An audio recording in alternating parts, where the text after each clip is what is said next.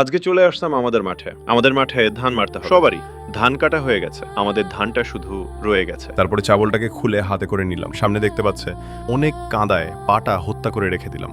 তারপরে চলে গেলাম সামনের দিকে। চারদিকটা দেখছো কত জল। কোনো রকম তোকে আবার স্যান্ডেলটা নিচে রেখে দিলাম, পায়ে পা দিয়ে পড়ে গেলাম সামনের দিকে। মাঠে পুকুরটা দেখো কত সুন্দর, মাগনা চাষ হচ্ছে। আগে এই পুকুরে মাছ চাষ করা হতো, এখন আর করে না, এখন মাথা চাষ করে। তারপরে দেখছি আমার বাবা চলে এলো, মাথায় গামছা দিয়ে এখন সব কাজ করে বাড়ি চলে যায়। আমরা এখন কাজ করি। কত বড় খুইলা বাইট আমরা। এই ধানগুলা আমার বাবা কেটে রেখেছে, অনেক দিন হয়ে গেল, তাই ওকে বেশি হয়ে শুকিয়ে গেছে। এই যে আমার ছোট ভাই সাইকেল নিয়ে আগে চলে এসেছিল, পরে এক এক করে আমাদের ছোটখাটো নেমে গেল কাজ চালিয়ে ধান কাটতে।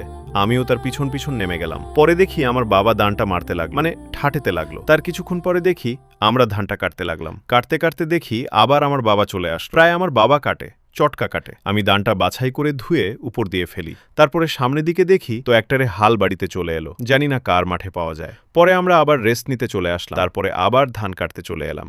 এখন আমের সময়, তো আম কাটতে নাও, আম পাড়তে লেবার ট্র্যাক্টর নিয়ে চলে এসেছিল, আম বাগানে আম পাড়ছে। পরিশ্রম না করলে কিছু হবে না। তার সাথে সাথে দিলাম 3 বাব্বাটা মিলে। আর ওই ধানটি আমার বাবা একাই কেটেছে। আর এই যে এই ঘাসগুলো লাগা আছে, ঘাস হয়ে আছে, এখানে ঘাস কেটে একাই গরুকে খাইয়ে দিয়েছিল। পরিশ্রম করছে দেখেন, এক হাঁটু জলে পানিতে নেমে। জীবনটা ভাই ধনের পাত, হ্যাঁ, কিছু করার নাই। আমি এখন আছি বর্তমানে আমাদের গাড়ির পুকুরে।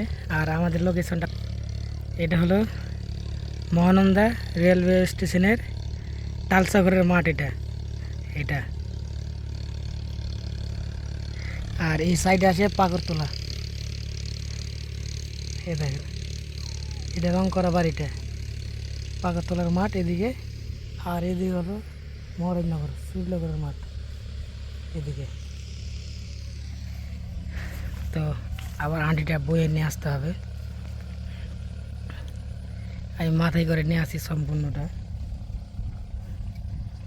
তোমাদেরকে দেখাচ্ছি। দেখেন এখানে ধান কাটানো হচ্ছে, এই ধানটা আমি এখন মাথায় করে নিয়ে যাব, তোমাদেরকে দেখাচ্ছি, নিজে আবার ওখানে রেখে দিব। আমার বাবা এখন ধানের অ্যাটিটাকে পেনে দেধে বেঁধে দেওয়ার পর নিয়ে চলে যাব মাথায় করে নিয়ে আসার পর তোমাদেরকে দেখাচ্ছি।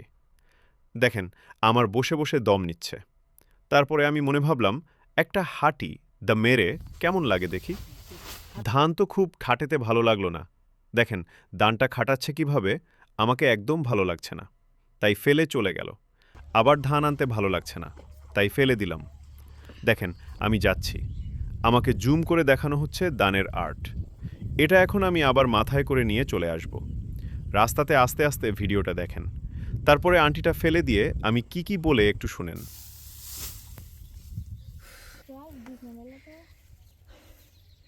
ভিডিওটার শ্যুট নেওয়ার জন্য ছোট ছোট বাচ্চাদেরকে মোবাইলটা দিয়েছিলাম।